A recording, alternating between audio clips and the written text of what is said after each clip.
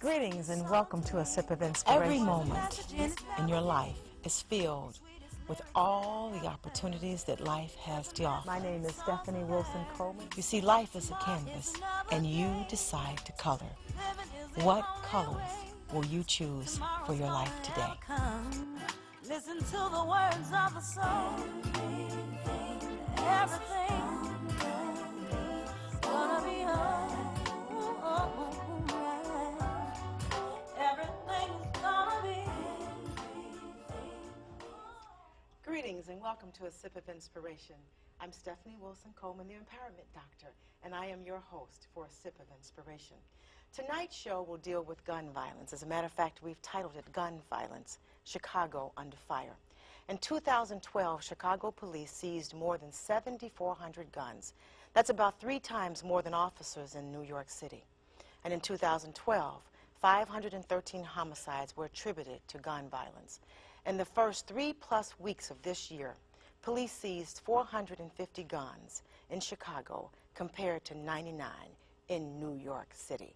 You see, I believe that we don't talk about the things that are killing us. We don't talk about sex, and we don't talk about gun violence. Tonight will be different, where we will have a frank conversation about gun violence. Joining me tonight to make sure that we have that frank conversation is my first guest, Ameena Matthews. Ameena Matthews is a reformed woman from a checkered past. Her father is Jeff Ford, a notorious Chicago gang leader, and she herself was involved with a drug ring. After finding love, children, and faith in her Muslim family, Ameena joined the Chicago group of gang violence interrupters, which is known as Ceasefire, now known as Cure Violence, and taking violence protection to the street, literally. I want to thank you, Ameena, for joining us tonight. Joining Ameena is Marshaun Bacon. Marshaun Bacon is with Youth Guidance, and he's a BAM counselor, and BAM stands for Becoming a Man. He encourages his students to recognize the need for positive role models and how they can lead to positive emotions and academic success. You see, Youth Guidance, BAM, is a sports edition. Youth Guidance Band Sports Edition is a school-based counseling, mentoring, violence prevention, and educational enrichment program that promises social, emotional, and behavior competencies for at-risk male youth. The wonderful thing about BAM, I pulled some statistics, which I'm going to go to my paper because people are always saying it can't be done. Results of a study released in 2012 show that BAM works is cost effective. This program alone, the participants saw a 10% increase in graduation rates, a reduction in failing grades by 37%, and a decrease in violent crime arrest by 44%, all at a cost of $1,100 per participant. The Crime Lab estimates the social benefit cost ratio for this program to be at least 3 to 1 per participating youth. I say we've stumbled up on a solution. That's wonderful. It's wonderful. Yeah, Thank you, Marshaun, for joining me. Thank you so much for having me, and you'd be a great spokesperson for us, so, for all the statistics. Now, those who know me know that I believe that problems can only be solved when you figure out how to combine art, technology, history, science, and spirituality. So helping us with the spirituality piece is Reverend Gwindol Tate.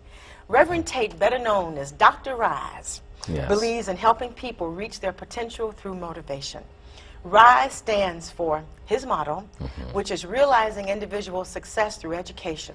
Dr. R.I.S.E is a national renowned motivational speaker, trainer, consultant, poet, and author. He teaches people how to overcome the challenges caused by a lack of motivation. He is also the minister and founder of the R.I.S.E Ministry. Thank you for joining me. My pleasure. Always, always. Yes.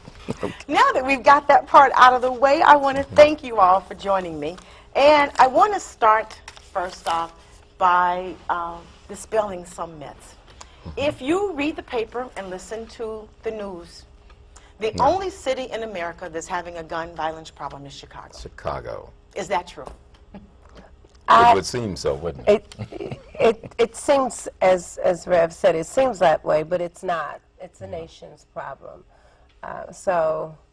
The riveting numbers of our youth our young youth dying is unacceptable, and it's stagnating. But we're not the only city that struggles with the issue of losing our youth. Nor are we even the only nation. This is a global issue in terms of our acceptance of violence as a way of life or as an alternative to conflict resolution. So I think what you see in Chicago is a microcosm that's, you know, really speaking to a larger issue. So it's really a public health issue now, is. as opposed to become just one. an isolated issue that occurs in certain sections of town in Chicago. Now, what are some of the symptoms or some of the reasons do you think that we have so much violence just not only in Chicago but throughout the world? Well, Go ahead. are you're asking Yeah, all of us? all of you are. It's a multifaceted reason of why violence is the end result. Okay. You know, there's a lot of symptoms inside of, as we look at it as an epidemic, as a public health model, that as a violence interrupter, my job is to stop the transmission of violence from one person to another. And that means I don't get in the middle of, you know, if there is someone with gunplay or I break up a fight. Well, yes, I do, but it's not that is the main thing.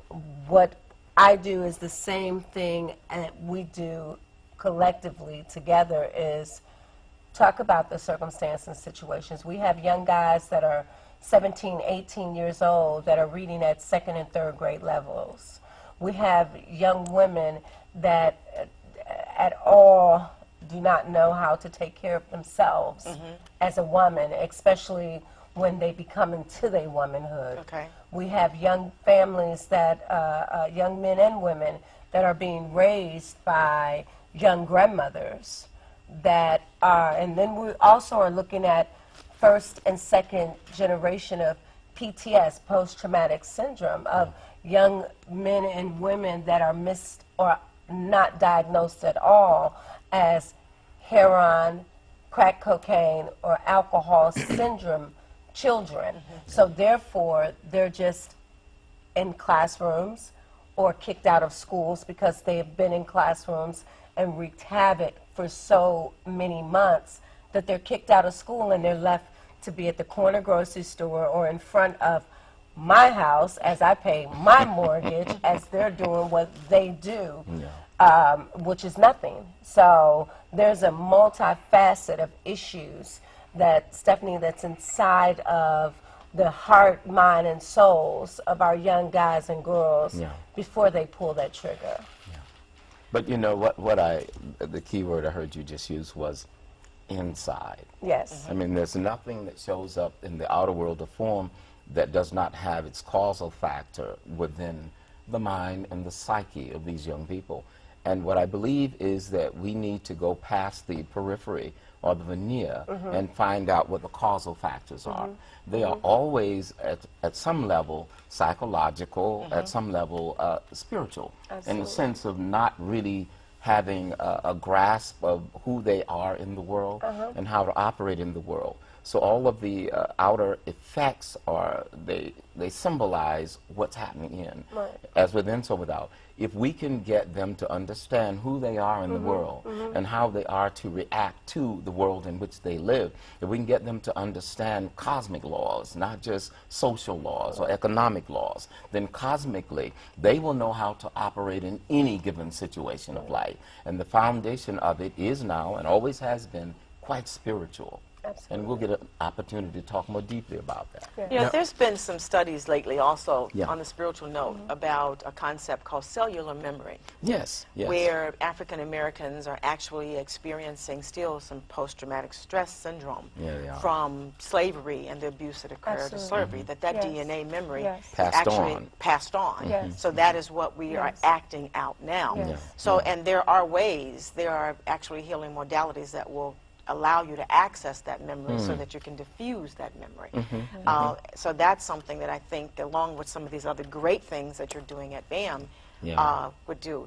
Do you It's pretty find deep. that it's like I read the success of BAM and some of the things that you're doing over there, and a lot of that seems to also come with just a lot of attention and love and guidance and an open heart and list, you know, that stuff. How do you do that? How did you get that to work? You know, to kind of draw two things from which you all pulled.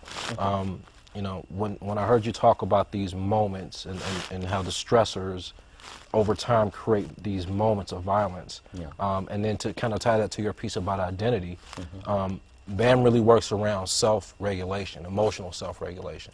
So a lot of our young men come in at a point where they're looking for an older role model or father figure, you know, because oftentimes these young men don't have that directly accessible to them. So that in itself is another stressor, you know, in addition to poverty, in addition to, you know, possibly abusive home situations, abusive neighborhood situations. So all of these things create a sense of anxiety, negative emotional energy, and so without the presence of someone to show them how to cope with those things, you know, we always see negative antisocial behaviors. So when we work with a group of young men as a BAM counselor, one piece is to help them to understand that their identity is not to be dictated by what they see in the music videos and in popular culture, but to really strive for a deeper understanding of their manhood.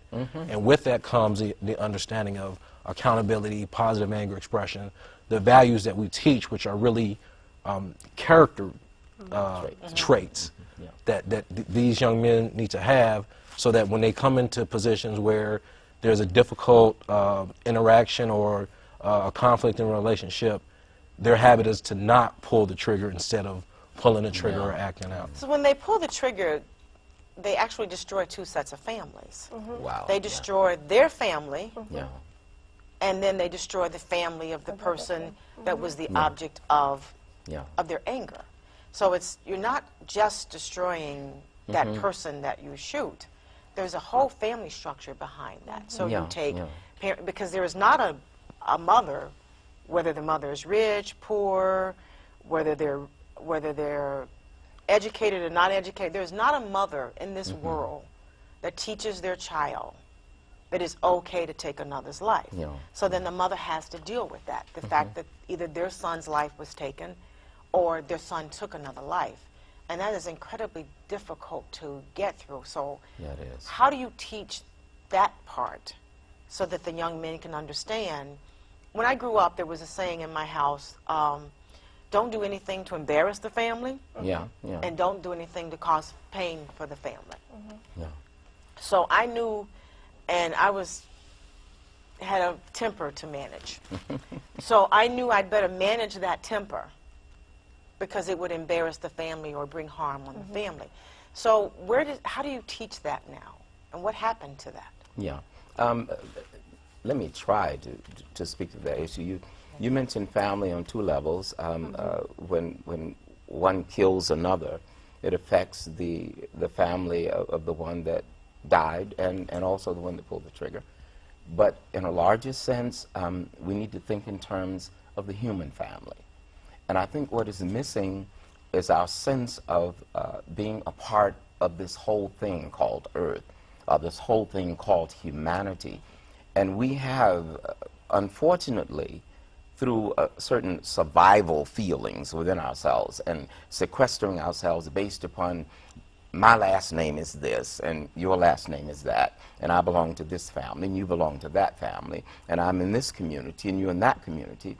If we ever got to the point of thinking of the world community, or the earth community, in which nothing that you do to anyone on the planet does not also affect everyone. But it does. And everything it does. you do, what we're doing right now affects people across the world. Absolutely. And this because energy is connected.